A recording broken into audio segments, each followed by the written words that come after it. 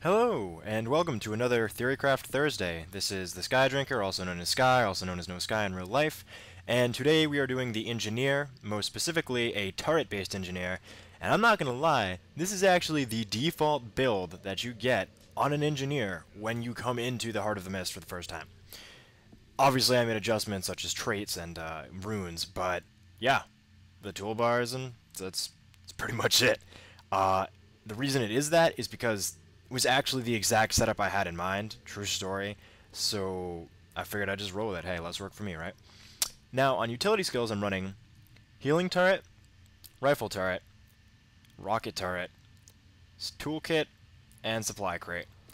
Now, you can probably see where this is going. I get my 2 turrets up, I get other turrets from supply crate, I use the toolkit, specifically the 1 skill, to keep them all up, heal them up, like, you know, the NG and TF2, if you're familiar with that. I really like the toolkit, actually. I think it's kind of underrated. Yes, I love the 1 skill because I can heal turrets and hurt things, but Magnet is really good because I can pull people into my little turret nest I got set up, or pull people away from finishing my allies, and that's actually really powerful. The shield, I mean, what do you want? It blocks. It's awesome. It's just good. Blocks are good. Privar, Confusion, pretty good for a class that doesn't really have any other method of adding that. And Box of Nails is basically caltrops from the Thief. You can just, you know, make people slow and hurt. Now, the rifle turret, I wasn't sure if I wanted to take this or the net turret, just because the net turret, keeping people still for my rocket turret to pound on them, is appealing, as well as letting my team catch up to them and destroy them. But it has, like, the best sustained DPS of the turrets, so, you know, I kind of felt like keeping it there. And the automatic fire is really good. Rocket turret, I mean, come on, rockets, they explode. Look at that burning damage. It's just good stuff. The overcharges are really good. I actually don't use them too often just because I'm pretty frequently dropping and picking up my turrets.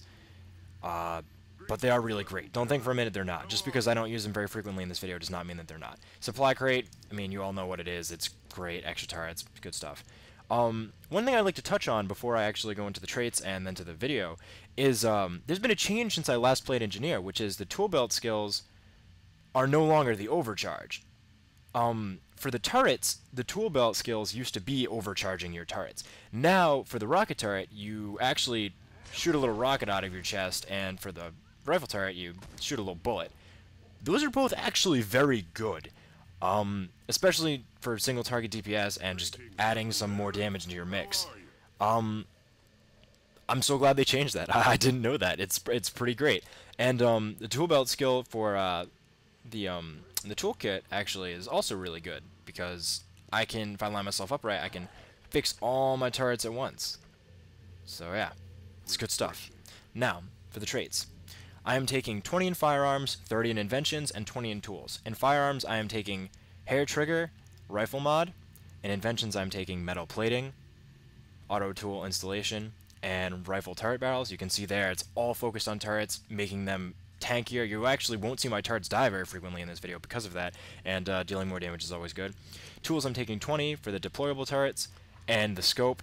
The scope was kind of a filler thing. I mean, I'm standing still most of the time while I have my turrets going anyways. The reason I took deployable turrets, I honestly believe you need the deployable turrets. You need that kind of like pinpoint accuracy of where you're going to drop them for maximum effect. That is my personal belief. Does not necessarily affect what is truly the greatest thing ever, but that's my opinion. I'm running 6 runes of Melandru just because it's kind of this is a bit of a tankier build. Damage is there for me, but it's primarily my staying alive so I can keep my turrets alive so my turrets can kill everything else. And that's kind of that. My rifle just has a rune of force in it. I didn't really see anything else to throw in there necessarily, and I have the default Knight's Amulet. So, let's go to the footage. So, let's get this thing started. Now, the primary point of this build, as I'm sure you are very aware, because you're all intelligent, wonderful people, is point control.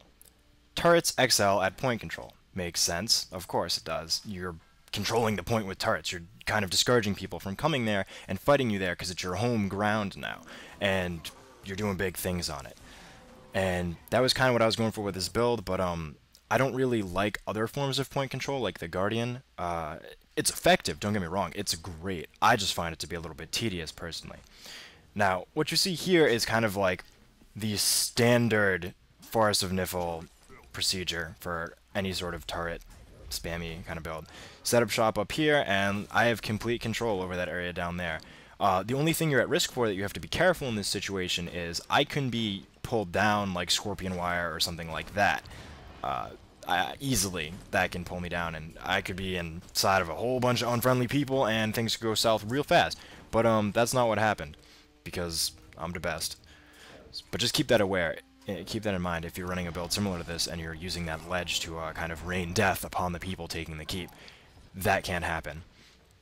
One thing you saw there was I put my healing turret like kind of not near any of the enemies, like line of sight, so most of them probably had no idea there was even a turret there. That's because it operates in an AoE. It doesn't need line of sight. It's not like it has to see people to heal. It's not like your allies have to be looking at it to heal them. Just being in proximity. So as long as I put it near the battle, somewhere, you know, out of sight, out of mind, I'm healing myself and my allies, and the enemy might not necessarily know how to deal with that. And this is just the wall being stupid, because I am walking in the second time, but what are you going to do? Silly Guardians. And, so yeah, just really great. Placement is everything. I'm sure this is kind of common sense, but it's true. Also, notice there how I forced myself out of the Guardian's circle by using the 4 on the rifle skill and knocking myself back. That does work, and it's awesome. Just to interrupt myself there. But yes, placement is everything. You want to have an optimal setup for yourself to, you know, be doing whatever it is you're going to be doing with the least amount of interruption possible. And, you know, you got to be smart with where you put your turrets, or that's not going to be the case. So you always want to keep kind of the rifle turret in the forefront, so it has easy access to everything, and the rocket turret towards the back because it fires in an arc, so it can go over kind of small terrain. So that's kind of the setup I use, and of course the healing turret behind all that to keep everything going, especially since you're going to be standing still. Also, look at how fast this goes down. Like, yes, I had allies, but even as you saw earlier in the clips, this build destroys the forest creatures in this. It is phenomenal for that sort of thing. I don't do it clear on any of my other builds. Granted, I also don't prioritize trying to do that. I don't play on Forest of Niffle typically, just not a choice so much as, you know, the maps I join aren't Forest of Niffle most of the time. So yes, that is another added benefit of this. Clear those things very quickly. That's a lot of points to your team. That's a really great buff for your team. I've had help the few times I've done it in this, but you can do it solo with this easily. All you have to do, really, is plonk your turrets down in front of you, the healing turret behind you, let those turrets take aggro, let those turrets take aggro, and then use the toolkit wrench to keep your turrets up. And you can actually keep those turrets up almost infinitely in the face of Svanir or the Chieftain or whoever it is you might be doing that against. And it's just great. It's really strong. It's really phenomenal. So that's just kind of like an unexpected benefit of this. I pretty much figured that that would be the case, that this build would be powerful against that, but it exceeded my expectations. And that was great. Now, the reason I use the rifle is just because I'm playing kind of a turrety role myself most of the time. Either standing stationary or moving very little and kind of staying inside of my turret range. Also, again, interrupt myself here, you notice, whenever there's 3 or more people, I use supply drop. Just because I can stun all of those people, make an opening wedge for my team, get my turrets and my medkits right in the middle of there, and then I immediately run in and start healing up all my turrets after setting up my other tool belt, my other utility skill ones outside of the fight. That gives me a whole bunch of turrets, and it's great. But yes, rifle.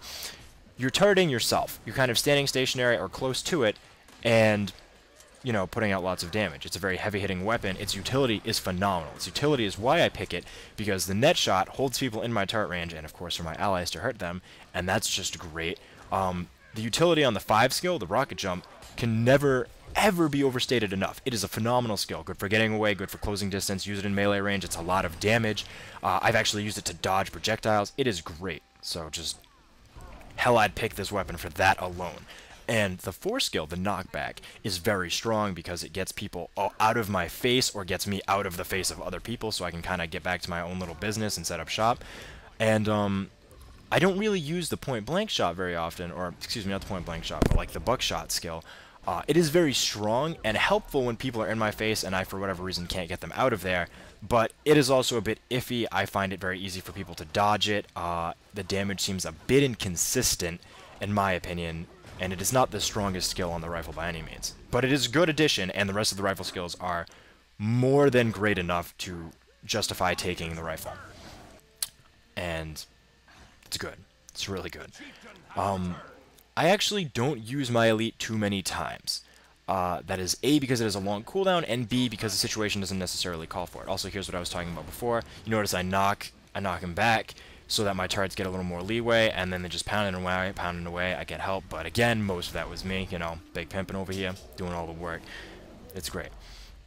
But all in all, this build is very good for point control, very good for kills, assists, staying alive.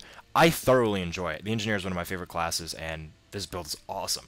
It doesn't work too well in PvE if that's your thing. PvP, it's very good. Very, very good. Even in tournament play. You should try it, because it's great. You know, GG ANET's default builds, and my awesome tweaks. So, that's all I have for the Thursday show. I hope you guys enjoyed it. Like, subscribe. If you don't like it and don't do those things, tell your friends, and have a nice week. Peace.